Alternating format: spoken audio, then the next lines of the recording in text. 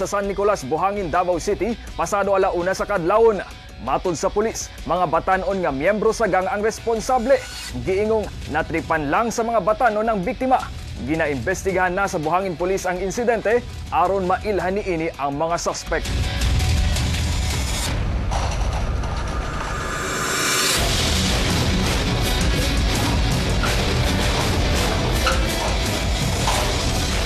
Rayot-rayot. Natuog mo na siya na bilin. Lagi naapelo ko ano. Kanang mga batanon, mga rayot-rayot, kanang may lain na gapan diyan sila man lang gyapon na nag-away-away. Mga kapamilya, mao katong mga balita sa Ronda Patrol. Daghang salamat. Daghang salamat, Hernel Tokmo. Kapindos mil ka mga runners nanagan sa 4th Cavalier Run sa Philippine Military Academy. Ang report ni Vina Araneta. Una, midagan, nag-stretching sa ang 2,300 ka mga runners. Dayon, unang nanaga ng mga runners para sa 10K. Gisundan sa 5K o 3K. Gikan sa SM parking lot, padulong Matina. Para sa First Cavalier Run, nga gipasiugdahan sa Eagle Fraternal Chapter sa Philippine Military Academy Alumni Association. Para maging fun ba? Tapos ang run, physical. So, physical happiness ba? This is one way also na really ma-maintain mo yung that you feel young, you look young, and at the same time you do good, do good, look good, and feel good. Ang mga pulis sa PRO 11, dungan pang nag-chant, samtang gadagan. Daw nagmarcha sa mga taga East Mincom ug Armor. Ang proceeds sa Cavalier Run mupadulong sa Bantay Bata 163 ug Davao City Treatment Program and Rehabilitation for Drug Dependents. We aim to raise funds to support yung Bantay Bata 163 and at the same time yung Treatment and Rehabilitation Center for Drug Dependents in Davao City. Ang Fun Run parte sa Peace and Development Program nga mo'y programa karon sa militar. Midaog sa Company Running Tent Division Training Unit. Vina Araneta, ABS-CBN News. Isogdan na sa madawawan yung Muslim ang ilang tinuig nga puwasa kon Ramadan. Ang report. Seryosong nagbasa sa Quran ang 12 anyos nga si Abdul Gafar Sangkaan. Ang iyang tigpaminaw, mga kaubang bata sab. Sumala ni Gafar, importante para nila nga masabtan ang mga pagtulunan sa relihiyong Islam. Isip giya sa ilang pagdako. Sa kabilang buhay, ang lingwahe po na magagamit natin sa kabilang buhay ay yung lingwahe ng Quran. Sa giya sa iyang iyahan nga si Hadja Kadiha, usa-usang nasabtan sa mga bata ang mga pagtulunan sa Quran. Yan ang language ng Islam. Yung kami mga Muslim, lahat ng Muslim sa buong mundo, maliit pang bata, sinasanay na magsalita ng Arabiko. Maintindihan nila kung ano ang kahulugan ng Arabic. Karong ginasaulog ang Ramadan, usa ang Quran recital sa mga obligasyon nga ginatuman sa mga Muslim. Kini mao'y panahon aron nga makapangilin ang mga Muslim, pinaagi sa pagpuasa, labi na sa paglikay sa mga daotang butang ug kalihukan. Ito ang Quran, isa sa pillars of Islam. Pagbasa ng Quran. Unang signifikansa ni is ma-feel sa mayaman katong sa tong na-feel sa pobre. Kay despite na ang mayaman kaya niya ang paliton pero di siya kakaon. Sama gyapon sa pobre nga di siya kakaon sa kon.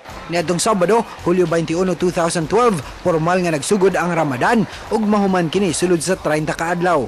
Francis Magbanwa, ABS-CBN News. O katanaglankob sa itong balita, karamudagan nga salamat, may buntag Mindanao.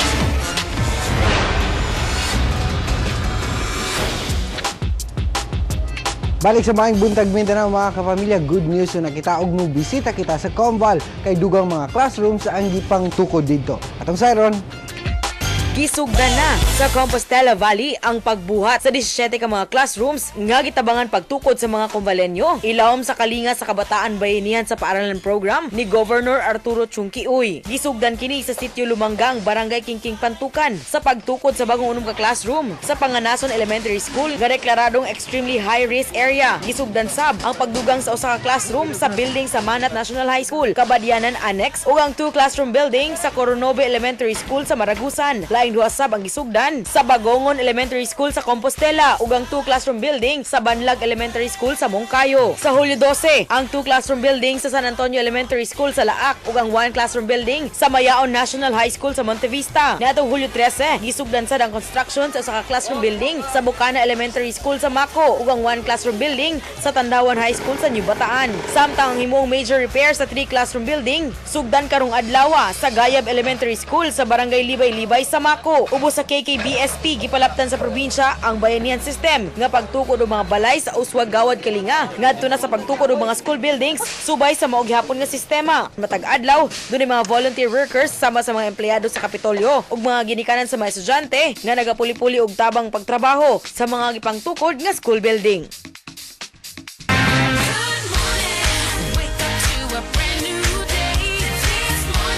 Pagdating sa kalusugan ng pamilya, kailangan safe.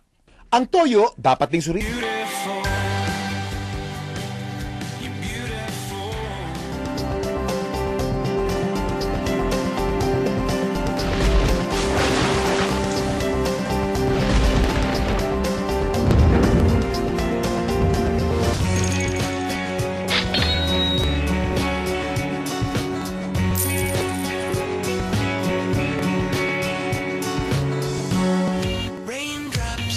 Karong Nutrition Month mga kapamilya, klase-klase mga activities ang gihimo sa mga kids para hilabi na kining pagluto o pagtunog luto o gulay sa nato.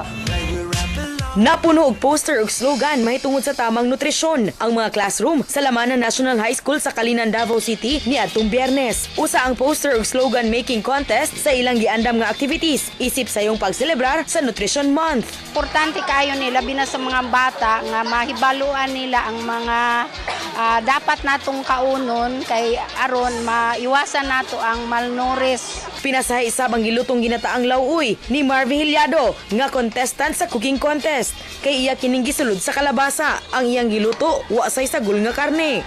I-encourage ako sila nga magluto sila gulay, magtanom sila aron malusog pud sila para nako. Naa say mga padula sama sa pagtubag sa mga nutrition trivia. Apan ang gikalingawan sa tanan, ang Mr. and Miss Nutrition Month 2012 nga nagpakita dili lang sa kaanyag sa mga kandidata, apan sa ila sab talento ug pangutok. Si JR Natividad ug Ivy Bula nga puros 4th year students ang nahimong Mr. and Miss Nutrition Month 2012. Ang number 1 namong contribution din mao ang pagpalagsik sa mga kabataan nga malayo sa droga. Alang sa Campus Patrol, ako si Marjorie Dalipe. Ayan. Gikan sa eskwelahan mga kapamilya ang Facebook nato promo this week. Kinahanglan i-post ninyo ang picture sa inyong favorite nga teacher. Ayan, isulti po ninyo kung anong the best siya na teacher para sa inyo ha. So siguro kung sa una na isa nga promo Mitch wagi mag-post akong picture Wala niya. naman. Kay terror ka. Dagang mga requirements siguro. Pero ang inyong madaugan karong Friday mga grocery items sa post na mo sa official fanpage sa Maing Buntag Mindanao. I-like lang ninyo ang fanpage sa Maing Buntag Mindanao and pwede na mong mag-post sa inyong mga pictures, comments, and suggestions dito. Sayron sa nato, ang dagat sa trapiko sa downtown area, light to moderate. Moderate to heavy diya sa may Matina area. Moderate sa CM Recto, moderate to heavy na sa JP Laurel. Heavy traffic na sa may Quirino. Buhangin moderate to heavy. Quezon Boulevard moderate. Ar Castillo and Magallanes moderate ang dagat sa trapiko.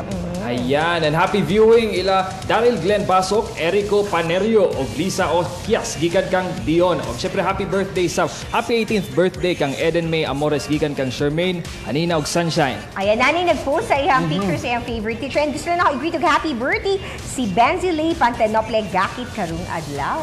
Happy birthday. And pasalamatan lang natin mga sponsors sa Maing Buntag Mindanao, Pink and Gold Bloom Special Spanty, Dr. Danny Stan, and also ang Dream of Furnitures, ang Fernscape. Thank you very much, Alan Alforque, and Hairs and Nails Bodies and Faces. Miss Jo Danila sa Precioso Spa, good morning. Ug syempre, good morning sa mga staff sa Hairs and Nails Bodies and Faces. Ug good morning sa mga taga Metro Lifestyle. Yes, og sa Gaisano Grand City Mall daghang salamat sab og syempre kang sa Alan Alforque Salon. Yan. Till tomorrow mga kapamilya, mag-uban-uban gyapon ta dinhi sa inyong paboritong programa Matag Buntag sa Maayong Buntag, Mindanao!